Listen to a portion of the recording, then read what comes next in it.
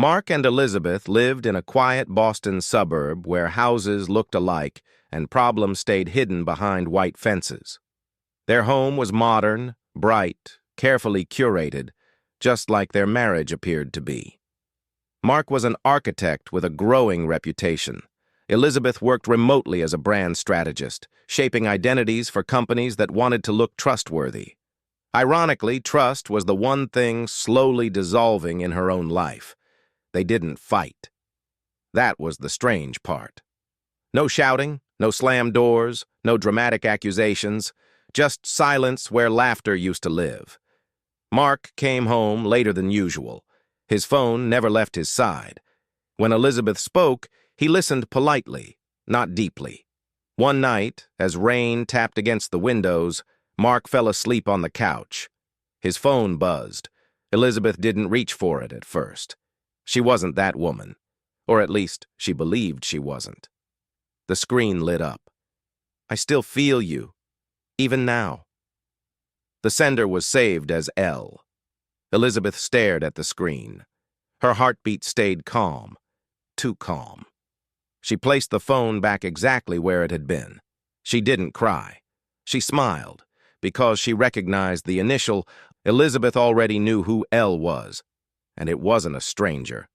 Laura, Mark's past, his before, the woman he once described as a chapter that ended for a reason. Elizabeth had met Laura once, years ago, at an art opening. Laura had smiled politely, studied Elizabeth carefully, and said something that never fully made sense at the time. "Take care of him. He runs when things get real." Elizabeth ignored the warning back then. Now it echoed. Instead of confronting Mark, Elizabeth did something unexpected. She created a fake professional account and contacted Laura under the guise of potential collaboration. Laura responded within minutes. Their conversation started harmless. Then it drifted.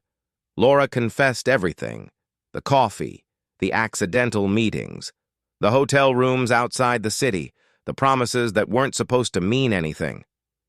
Elizabeth read every word with clinical detachment until Laura wrote one final message. "He always said you were temporary, safe, not the one." Elizabeth closed her laptop, because that part wasn't true. Mark had never said that, at least not to her face, and that was when doubt crept in. Not about Mark, about her own memory. Unexpected twist number 2. Elizabeth realizes the betrayal may not have started with another woman, but with a lie she told herself about her marriage. Elizabeth searched through old emails, archived messages, forgotten conversations. She found them. Messages Mark sent to friends before the wedding. "Elizabeth is stability." She makes sense. "I don't know if she's forever, but she's now."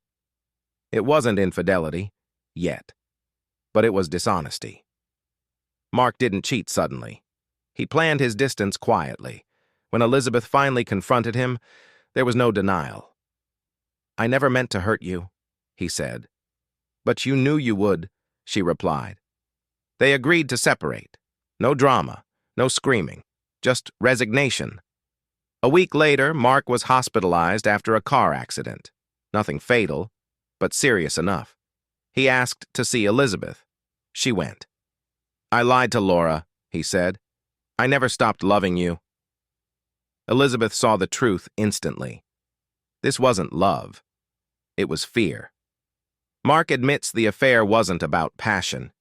It was about escaping his own emptiness. Elizabeth left Boston. New York swallowed her whole. Noise, motion, anonymity. She rebuilt herself carefully. New routines, new confidence. She met Adam. He was honest, present, unafraid of silence. She told him everything. Almost everything.